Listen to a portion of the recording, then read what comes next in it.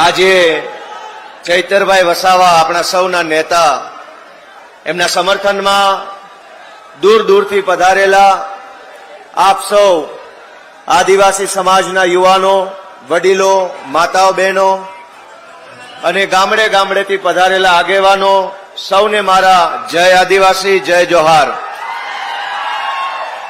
દોસ્તો, આજે આપણે અહીંયા ચૈતરભાઈ વસાવાના સમર્થનમાં એકઠા થવાની ફરજ પડી છે. જે ચૈતરભાઈ વસાવાએ આખા ગુજરાતના યુવાનોને હિંમત આપવાનું કામ કર્યું, જે ચૈતરભાઈ વસાવાએ સડકથી લઈ અને વિધાનસભા સુધી અવાજ ઉઠાવવાનું કામ કર્યું, જે ચૈતરભાઈ વસાવાએ ગામડે ગામડે યુવાનોની ફોજ તૈયાર કરી,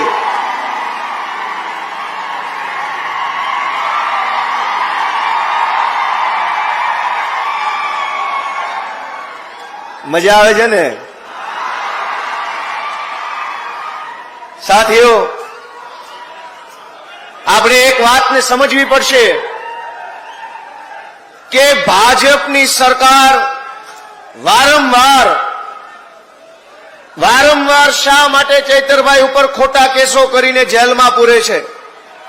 કારણ કે ભાજપની સરકારના પેટમાં તેલ રેડાય છે. એમને ખટકે છે કે એક નાનો એવો આદિવાસી સમાજનો યુવાન ધારાસભ્ય કેવી રીતે બની ગયો. દોસ્તો, આ વિસાવદર વિધાનસભાની ચૂંટણીમાં વિસાવદરના ખેડૂતો, પશુપાલકો, રત્ન કલાકારોએ જ્યારે મને મત આપી ધારાસભ્ય બનાવ્યો તો ત્યાં પણ ભાજપને આ વાત ખટકી કે ગુજરાતમાં આ નાના નાના જુવાનિયા ધારાસભ્યો કેવી રીતે બની જાય છે. વર્ષો સુધી ભાજપે ગુજરાતમાં એવી રીતે સરકાર ચલાવી કે જે ગુંડા હોય એ ધારાસભ્ય બની શકે, લફંગા હોય એ ધારાસભ્ય બને, બે નંબરિયા હોય એ ધારાસભ્યો બને. ગુજરાતના ઇતિહાસમાં પહેલી વખત આમ આદમી પાર્ટીના માધ્યમથી અરવિંદ કેજરીવાલજીના નેતૃત્વમાં મારી જેવા, ચૈતરભાઈ જેવા નાના પરિવારના છોકરાઓ ધારાસભ્યો બનવા લાગ્યા છે. દોસ્તો, આપણે એટલા સામાન્ય પરિવારના માણસો છીએ, એટલા ગરીબ ઘરના માણસો અમે છીએ, સામાન્ય નાના એવા ગામડામાંથી અમે આવીએ છીએ કે ધારાસભ્યનું સપનું તો બહુ દૂરની વાત છે. જો આમ આદમી પાર્ટી ન હોય, જો અરવિંદ કેજરીવાલ ન હોય તો આ ભાજપ ને કોંગ્રેસ વાળા તો અમને તાલુકા પંચાયતનો સભ્ય ન બનવા દે. દોસ્તો, મુદ્દો એ નથી કે ચૈતર વસાવાએ ગ્લાસ માર્યો કે પથ્થર માર્યો કે ધોકો માર્યો કે આંખ મારી. એ મુદ્દો નથી. મુદ્દો એ નથી કે ગ્લાસ માર્યો કે નહીં. મુદ્દો એ છે કે ચૈતર વસાવાએ ડેડિયાપાડાથી તીર માર્યું અને તીર સરકારની છાતી ઉપર લાગી ગયું છે. એ તીર ભાજપની સરકારની છાતી પર લાગ્યું.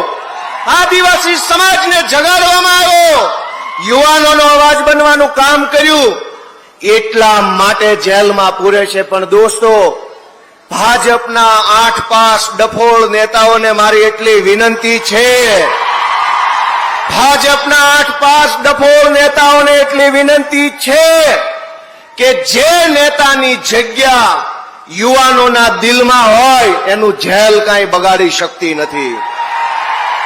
જેલ મોટી નથી, જનતાનું દિલ મોટું છે અને ચૈતર વસાવાની જગ્યા સમાજના દિલમાં છે. દોસ્તો, આ ચૈતરભાઈ વસાવાની લોકપ્રિયતાની વાત કરું. વર્ષોથી ભાજપમાં, કોંગ્રેસમાં પણ આદિવાસી સમાજના નેતાઓ ચૂંટણી જીતે છે. કોઈ સાંસદ બને, કોઈ ધારાસભ્ય બને. અહીંના આપણા કાકા સાંસદ સભ્ય છે. પણ ભાજપને કઈ વાત ખટકે છે, ધ્યાનથી સાંભળજો કે વિસાવદરની ચૂંટણીમાં હું ઉમેદવાર હતો તો ગામડે ગામડેથી એવા ફોન આવતા હતા કે ચૈતરભાઈ ક્યારે આવે છે સભા કરવા અમારા ગામમાં. ચૈતરભાઈની સભાની જાણ થાય હજારો લોકો ગામડામાં આવે. આટલા વર્ષો સુધી એવું હતું કે ભાજપની ટિકિટ પર સાંસદ તો બની જતા હતા, પણ આખા વિસ્તારમાં કોઈ બોલાવતું નહોતું. આ ચૈતરભાઈ વસાવા આદિવાસી સમાજના પહેલા એવા નેતા છે જેની ઇજ્જત, જેનું સન્માન, જેની લોકપ્રિયતા માત્ર આદિવાસી સમાજમાં નહીં, ગુજરાતના એક એક જિલ્લામાં, એક એક સમાજમાં છે દોસ્તો. અને એ વાત ભાજપને ખટકે છે કે એક ડેડિયાપાડાના ધારાસભ્યની લોકપ્રિયતા સૌરાષ્ટ્રમાં, ડેડિયાપાડાના ધારાસભ્યની લોકપ્રિયતા ભુજમાં, કચ્છમાં, ડેડિયાપાડાના ધારાસભ્યની લોકપ્રિયતા ઉત્તર ગુજરાતમાં. આ વાતથી ભાજપને ઊંઘ નથી આવતી, ઊંઘ. પણ દોસ્તો, હું તમને વિનંતી કરવા માટે આવ્યો છું. આપણે ત્યાં એક કહેવત છે કે ન રહેગા બાંસ ન બજેગી બાંસુરી. એટલે કે આ ઘટનાની શરૂઆત ક્યાંથી થઈ? તાલુકા પંચાયતની એક મીટિંગથી આ ઘટનાની શરૂઆત થઈ. કંઈક એવું કરો ને કે આવતી તાલુકા પંચાયતમાં ભાજપનો એકેય ચૂંટાય જ નહીં, એટલે ઘો જાય. તાલુકા પંચાયત બનાવો આમ આદમી પાર્ટીની. ડેડિયાપાડામાં, સાગબારામાં, નાંદોદમાં, બધી જ તાલુકા પંચાયતમાં ચૈતરભાઈના નેતૃત્વમાં યુવાનોને ચૂંટણીમાં મત આપી અને જીતાડો, અને આ ચોરી કરનારા લોકોને ઘરે બેસાડો. દોસ્તો, હું તો વિનંતી કરવા આવ્યો છું. ચૈતરભાઈ વસાવાએ, દોસ્તો, એક નેતા જે હોય, બહુ ગંભીર વાત છે કે કોઈ પણ માણસ નેતા બને તો એ બે કામ કરી શકે. એક કે કોઈ રોડ બન્યો, કોઈ નાળું બન્યું, કોઈ ગટર બની, ક્યાંક બ્લોક નખાયા, એ થયા સરકારી કામ. પણ એના કરતા મોટું કામ એ છે કે નેતા પોતાના સમાજને હિંમત આપે, બળ આપે, આત્મવિશ્વાસ આપે અને સમાજને બેઠો કરે લડવા માટે. એ સૌથી મોટું કામ હોય છે. ચૈતરભાઈ વસાવાએ આદિવાસી સમાજને હિંમત આપવાનું કામ કર્યું, આદિવાસી સમાજના યુવાનોને બળ આપવાનું કામ કર્યું. દાહોદ હોય કે ઝાલોદ હોય કે છોટાઉદેપુર હોય કે સાબરકાંઠા હોય, જ્યાં જ્યાં આદિવાસી સમાજ ઉપર અત્યાચાર થયો, અન્યાય થયો, ભ્રષ્ટાચાર થયો, ત્યાં ત્યાં ચૈતર વસાવા ઉભા રહ્યા અને લોકો માટે લડવાનું કામ કર્યું. દોસ્તો, ભાજપને એ વાત ખટકે છે કે આ ચૈતર વસાવા બધે કેમ પહોંચી જાય છે. આ વિસ્તારોમાં વર્ષો સુધી નકલી કચેરીઓ ખોલી આદિવાસી સમાજના વિકાસ માટે જે પૈસા સરકારમાંથી આવતા હતા એ ભાજપવાળા ખાઈ ગયા. બધુંય મિલીભગતથી ચાલતું હતું. ભાજપ અને કોંગ્રેસના નેતાઓ ભાગબટાઈ કરી આદિવાસી સમાજના અધિકારોના પૈસા ખાઈ જતા હતા. એને રોકવા વાળું, ટોકવા વાળું કોઈ નહોતું. તો ભાજપને મજા આવતી હતી, કોંગ્રેસને મજા આવતી હતી. પણ જેવા ચૈતર વસાવા આવ્યા અને ભાંડા ફૂટવા લાગ્યા તો હાહાકાર મચી ગયો કે આને જલ્દી જેલમાં પૂરો. જો આને જેલમાં નહીં પૂરો તો આ બધો ભાંડો ફોડશે. દોસ્તો, મનરેગા કૌભાંડ 2,500 કરોડ રૂપિયા આદિવાસી સમાજના ખાઈ ગયા. કરોડો રૂપિયા. એક તરફ ગરીબ પરિવારમાંથી આવતો વ્યક્તિ હોય, ભણવું હોય, નોકરી જોતી હોય, કંઈક નાનો મોટો ધંધો કરવો હોય, એની પાસે મૂડી નથી, પૈસા નથી.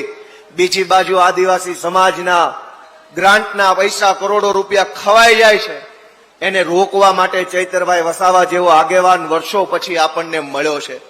હું તો તમને બધાને વિનંતી કરું છું, મારી તમને બધાને વિનંતી છે કે જ્યારે ગુજરાતના આદિવાસી સમાજને અને આદિવાસી સમાજના નેતા ચૈતરભાઈ વસાવાને જ્યારે મદદની જરૂર પડી છે, ત્યારે દિલ્હી અને પંજાબના મુખ્યમંત્રીઓ મારતા ઘોડે આપણી વચ્ચે આવે છે. દોસ્તો, એક વાર નહીં, બે વાર નહીં, 5 વાર ગુજરાતના ઇતિહાસમાં જોઈ લો, ક્યારેય આદિવાસી સમાજના નેતા માટે મુખ્યમંત્રીઓ આવતા નથી, મંત્રીઓ આવતા નથી.